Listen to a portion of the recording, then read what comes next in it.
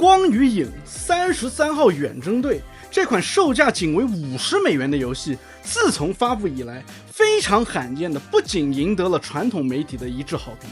更是在玩家社区中引发了现象级的热烈追捧。不像那些公式化 3A 游戏，那些游戏靠着高预算的营销和流水线的产品内容换来的却只是平庸的评价。这款由育碧前开发成员组建的 Sandford Interactive 所打造的 RPG， 用真诚和创新赢得了压倒性的好评。虽然说我不是很喜欢 IGN， 但是在这一次他们还算是比较客观的给这个游戏打了9分。这些主流媒体盛赞这款游戏是将 JRPG 传统与法国独特风格相结合，讲述了一个令人心碎的动人故事。在 Metacritic 这个网站上，综合评分更是高达92分，成为2025年评分最高的游戏之一。Steam 上的好评率也高达91%，并且随着口碑的传播，玩家的数量也在快速的上升。我相信再过不久，它就会被打上好评如潮的标签。如果你单从画面和 UI 上去看这部作品的话，你能直观的观察到最终幻想系列和女神异闻录系列的很多元素。但是当你真正进入游戏，你又会感受到一种魂系游戏的即视感。比如类似篝火的休息点极致，你甚至可以像只狼一样在里面跟怪物打铁。虽然说这款游戏借鉴了很多经典元素，但是开发者成功的打造出了一个拥有独特法式世界观和角色的原创作品。难怪全世界都说巴黎是浪漫之都。脱离了大厂魔爪的法国开发者确实在这方面有独到的见解和风格。如果你已经对那些所谓的 3A 大作审美疲劳，对无数服务型游戏感到绝望的话，那么你一定要试试这款游戏。它绝对是游戏行业现阶段的一股清流，一股清新的空气。作为一名玩家，我一直在寻找这样的作品，它在合适的时间点打动了我，我相信它也一定能够打动你。这里强调一下，本影片没有任何剧透，敬请放心食用。Oh my god！ 大家好，欢迎来到第9频道，我是老九，在这里我们一起剖析第9艺术的真谛。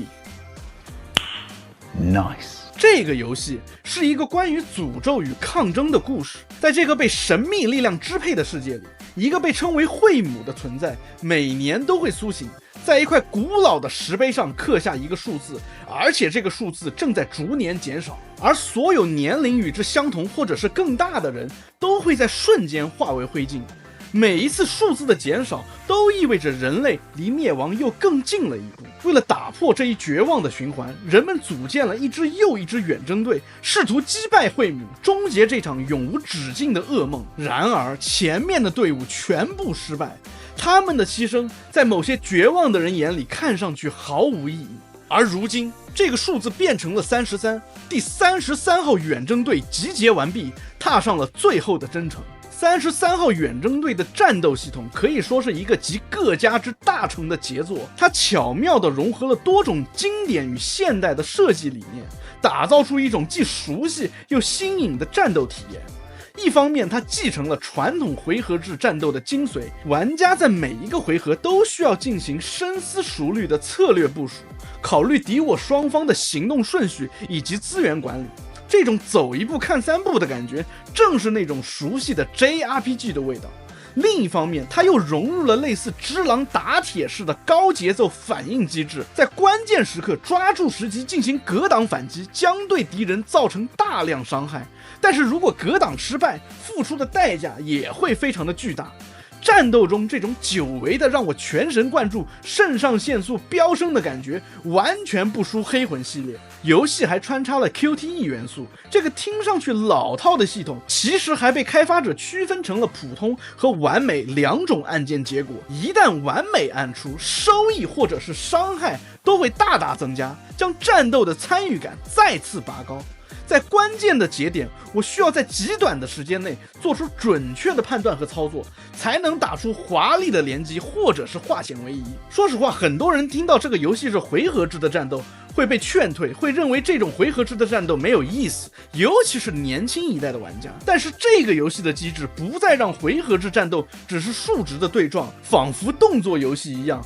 让角色与玩家真正的融为一体，在战场上共同搏杀。这个游戏的战斗系统让我感觉虽然上手的时候稍微有一点难度，但是一旦我掌握了节奏，它让我十分的上瘾。这个系统不仅做到了各种玩法融合的平衡与流畅，更是在节奏与张力之间找到了理想的落点，给人一种前所未有的沉浸感。对策略型玩家而言，它是充满深度的棋局；对动作游戏爱好者来说，它又是一个需要反应与操作的竞技场。而且有的时候，它对操作的要求反而比一般的动作游戏要求更高。这种双重满足感正是它最打动我的地方。有的玩家赋予了这个游戏魂系 RPG 的称号，但是不玩魂系游戏的玩家也不需要过分担心，因为游戏随时可以调整它的难度。33号远征队的游戏配乐是我个人认为这个游戏最亮眼的亮点之一。那是一种一旦响起就能立刻抓住你的情绪的配乐，它从来不喧宾夺主，却又无处不在，总是在剧情的关键节点悄悄地渗透进你的心里，把情绪一层一层的推高。特别是在那些动人心弦的场景当中，音乐总是恰到好处的响起，像是这个故事的本身正在用旋律低语轻轻的撩动观众最柔软的部分。就比如开头那一个我实在不能剧透的场景，音乐简直美到不可思议。当我看完那段剧情，浑身都是鸡皮疙瘩，那一种淡淡的哀伤，像是宇宙深处传来的回响，又像是某种遥远记忆的余温，配合上画面上那种极具意境的表现力，简直是一击击中我心，让我毫无防备地沉浸其中。那一刻，我几乎忘记了自己是在玩游戏，只觉得整颗心都被这段旋律轻轻地包裹，然后再一点点的绞紧，直到眼眶湿润，几乎落泪。这部作品的配乐真正做到了为情绪赋形，它不仅仅是背景音乐，更是角色内心世界的延伸，是氛围构建的灵魂。每一段旋律都是精雕细琢的情感线索，指引着观众去感受、去共鸣。无论是游戏剧情里寂静的悲鸣，还是在战斗前压抑的呼吸，音乐都用它自己的语言讲述着故事。这款游戏的配乐简直就是画龙点睛，它在关键的时刻恰如其分地提升了游戏的情感表现，使得每一个情节都更加的引人入胜。牛逼！再说到游戏的剧情，更是让人欲罢不能。这个游戏的设定不仅新颖，还充满了哲学意味，探讨了命运、牺牲和希望的深刻主题。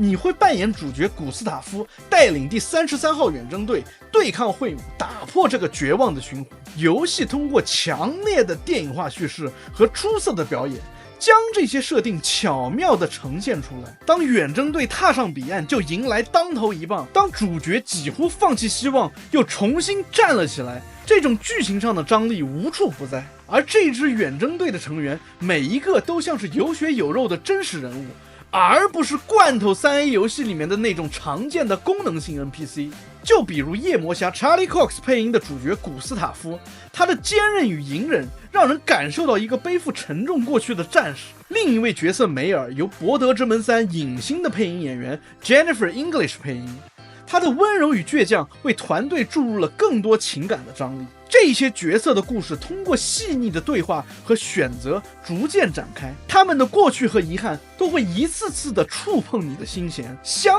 比那些所谓的 3A 游戏，动辄几十个小时的流水账剧情，33号远征队的叙事紧凑而深刻，你能看得出来他的每一句台词都经过精心的雕琢，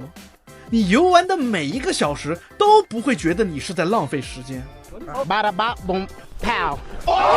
这个游戏在视觉表现上同样堪称一场艺术的盛宴。其画面之美不仅令我惊叹，更将我带入了一个仿佛由艺术家亲手绘制的幻想世界。游戏的美术风格深受19世纪末法国美好时代的影响，融合了印象派、后印象派和新艺术运动等艺术流派的元素。开发团队 Sandford Interactive 通过虚幻五引擎的强大功能，呈现出如同动态油画般的画面效果，光影交错，色彩斑斓，营造出梦幻般的游戏天地。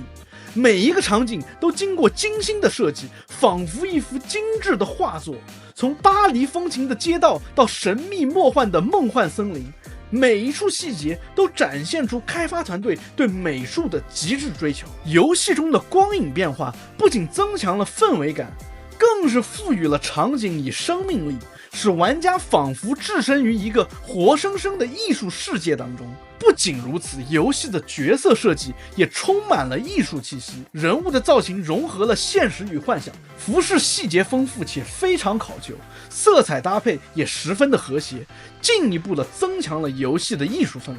Later， 我真的非常喜欢33号远征队这款游戏，虽然深受其他经典游戏的启发，但它作为一款全新的 IP， 依然让我感觉到了久违的新鲜。它没有过多的填充臃肿内容，也没有仓促或者敷衍的游戏设计，这是一款纯粹的单人冒险游戏，没有微交易，而且定价只有$50。虽然说这个游戏并非完美，但是瑕不掩瑜。少数的批评提到这个游戏的中后期节奏略慢，但是这些小问题在整体的体验面前显得微不足道。作为一款前育碧员工创建的工作室的处女作，它用独特的故事、创新的玩法和极致的艺术风格，彻底甩掉了大厂工业化的影子，成为了剧情党、动作党和艺术爱好者都无法抗拒的绝佳作品。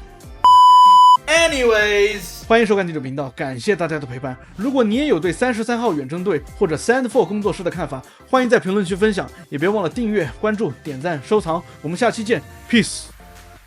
这特好 I don't give a damn。我天，我觉得我是帮你省了100万，天哪，特好特好，你看你自己看。